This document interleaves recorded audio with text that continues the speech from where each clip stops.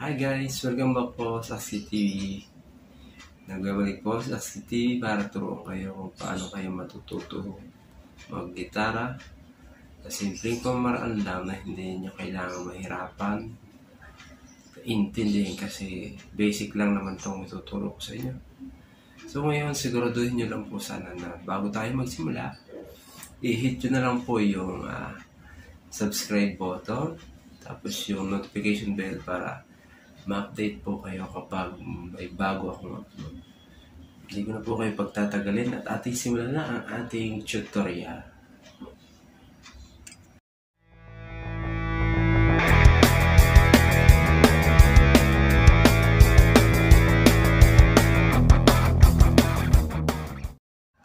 Ayan po, kunin nyo na po ang inyong gitara at ating simulan. Paano ba ang aking ituturo sa araw na ito? Tuturo ko po sa inyo kung paano kayo madaling makaka-memorize ng tupa o chord sa gitara. Yung kanta ba, halimbawa yung isang kanta. Para madali nyo ma-memorize yung mga tupa nun, tuturuan ko kayo kung paano ang technique. Ito po. Bigyan ko kayo ng isang kanta. Halimbawa ni April Boy.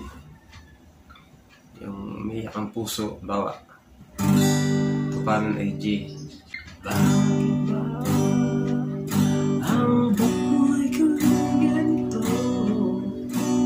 Wala tira babasa sa mundo.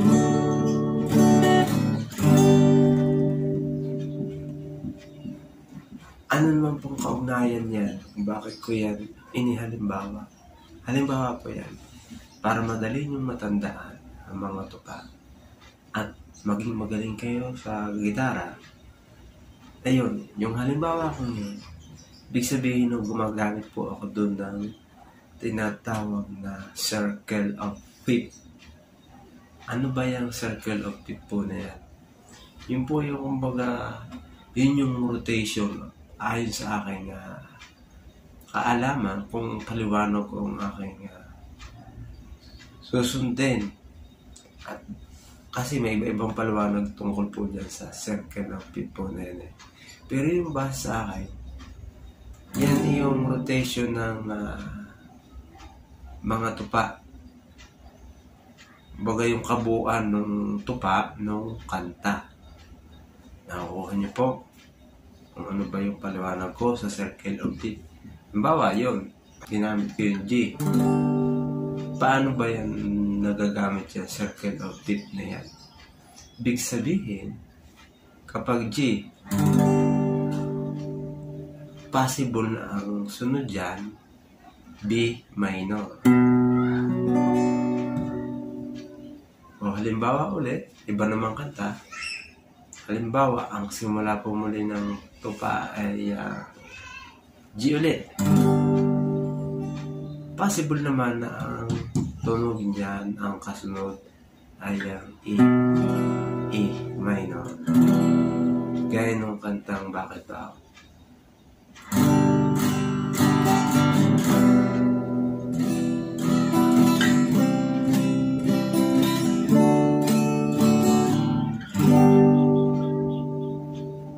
Ibig sabihin, kung G nagsimula yung kanta, yung tupa ng isang kanta, hindi ko sinasabing yan lang yung kanta na mayroong ganyan na tupa, yung umiyak ang puso at saka yung Bakit Ba ng Siakola.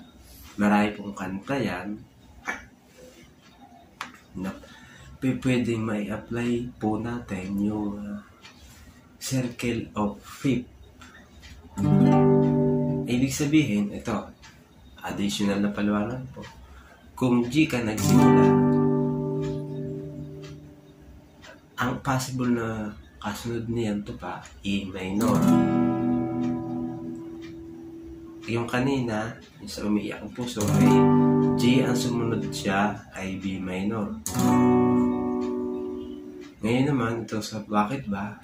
Sa G, ang sumunod naman na tupa natin, yan, E minor.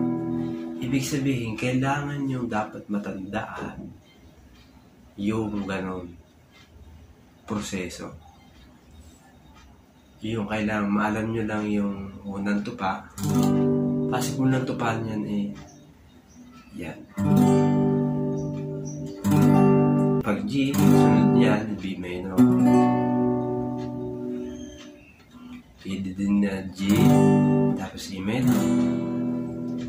Subalit kailangan yung tandaan, mayroon din na kanta na ang sunod naman ay A minor.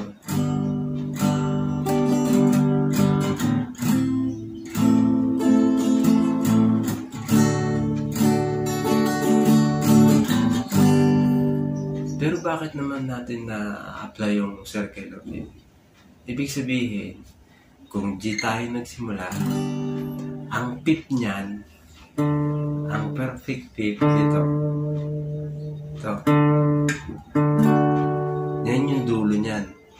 Dito siya magtatapos. Walang ibang pupuntahan yan. Tapos yun, balik na uli sa G. Diba dito siya ang ending niya.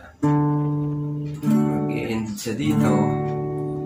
So, babalik pa rin siya dito kung saan nagmula yung tupa o yung chord na kanyang ginamit sa kanta na yun.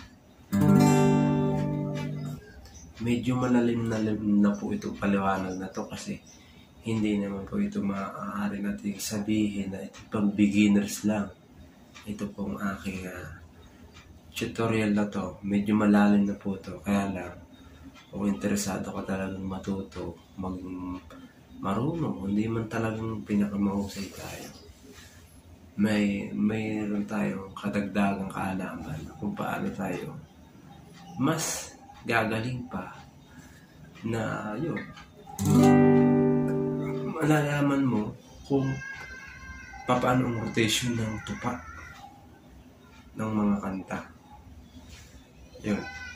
Example ko na nga po yun. Pipiding ang sunod dito sa G ay B minor. Sunod, pipidi rin niyang E minor. Sunod, pipidi din niyang ang sunod dyan sa G ay A minor. Ibig sabihin, pero ang ending nun, yung pinaka-perfect fifth nun, o yung major fifth nun, sa dito siya, ang end niya, sa D. Yun, ibig sabihin, wala na siya ibang pupuntahan, wala na mapupuntahan iba pa.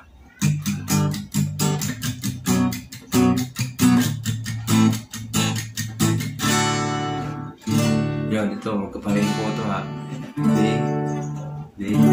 Ito yung D, hindi bar chord. Tapos ito, D na bar chord. So, kung bawa, nahihirapan kayo, bawa kayo may baguhan. Marami po tayong short tutorial po dyan sa ating channel, Sakski TV. Guitar chords, tapos yung mga scales.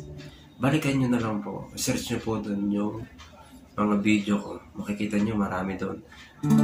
Mga major chord, mga minor chord, guitar scale, yung mga pentatonic scale. Balikan nyo na lang po doon kung sakaling may mga chords kayo na hindi nyo masyadong familiar sa inyo. Bagaman hindi naman siya talagang marami. Pero andun na yung pinaka-basic na mga chords na makikita nyo, matututunan yung kalimitan na ginagamit ng mga gitarista. So, yun na po. Sana po may natutunan kayo sa araw na yun. At magkita-kita na lang po muli tayo. So, huwag nyo po sanang kalimutan na mag-subscribe kayo at pindutin nyo ang notification bell. Maraming salamat po. Thank you and God bless.